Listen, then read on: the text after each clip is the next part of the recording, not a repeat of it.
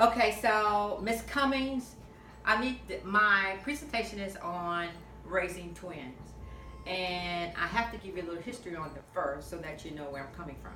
So these are my babies. When I first had them, they were born a month early. So and when they brought them to me, they were breathing for them with breathing machines. So they let me touch them, but then they immediately flew them off to Mobile, um, and I wasn't able to bring them home. But after 30 days, I went and got them. I had absolutely nothing. I had no car seat. I had no clothes because I was so afraid. I know, and it is God's will what happens to my kids. So I could pray and pray and pray, but it was God's will. So I brought them home after 30 days. My husband and I had to stop at Walmart to get them a car seat and bring them home. And they were eating. Their feeding was every 15 minutes, 2 ounces of food, 2 ounces in a bottle. So I would get up every 15 minutes to feed them at night. So I had to figure out a way, how could I do this without falling asleep on the other? So this is what I did. I would put them on each end of the pillow and walk around in the bedroom until one was done, and then I would burp her, change the diaper, and then do the other. And I did that for a while. Now, during the daytime, when the dad was coming through, because we owned our own business, so he would pass through the house every now and then. And he would feed one, and give me a little break, and then he'd go back outside and cut the grass or whatever. So when it came to sleeping time, there was no sleep for me. So I had to figure out how I was going to get some rest, because I was determined to do this all on my own. Well, now, raising twins, taking care of twins first of all, when I'm bringing them home and they feeding every 15 minutes, and I'm scared to go to sleep. Okay, so, but it worked out. So, they were sleeping at about 2 or 3. At first I had them in separate baby beds, but then I had them in the same baby beds, and then I put them in separate baby beds. Well, one day I came in and one had crossed over to the other baby bed. I'm like, what is this? And sleep with a cross. So my husband built them beds, little close to the floor, and made them thresholds. So they would sit on the threshold and talk to each other until it was bedtime, which kind of worked out really good.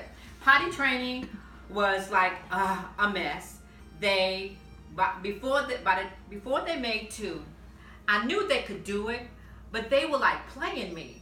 So I came in one day and I said, if I come back in here and somebody have wet pants, I'ma beat you. Well, ever since then, they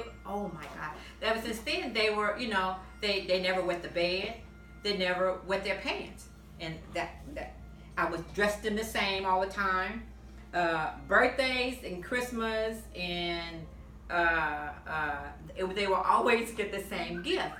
So I had to, when they got a little older, one got a little slick. When it came to Christmas, she said, she started opening up her presents first, because she knew that whatever hers was, the other one was too. So she would do that. So, I had to kind of loosen up on that. One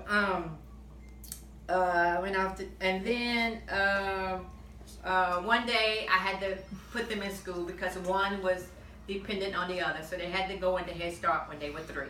So I put them in Head Start. One was in one room, one was in the other. And then, they kind of became on their own. Then they got older and they went off to college. Oh my God, that was like the ultimate for me. I could not take it because I always had my babies with me. And so when they became on their own, it was, okay, so who am I and what do I do now? They were my life. My kids were my life. And so I didn't know what to do.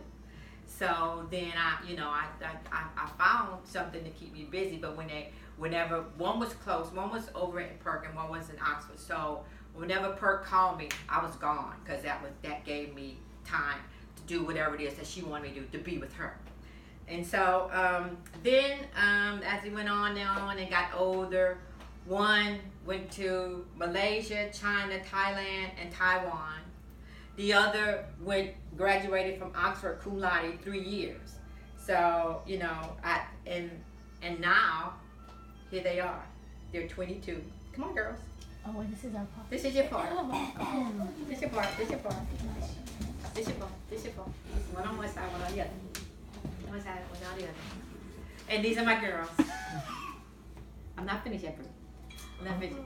This is okay. And although it was a struggle the first couple of years, I thank God that He made me their mom.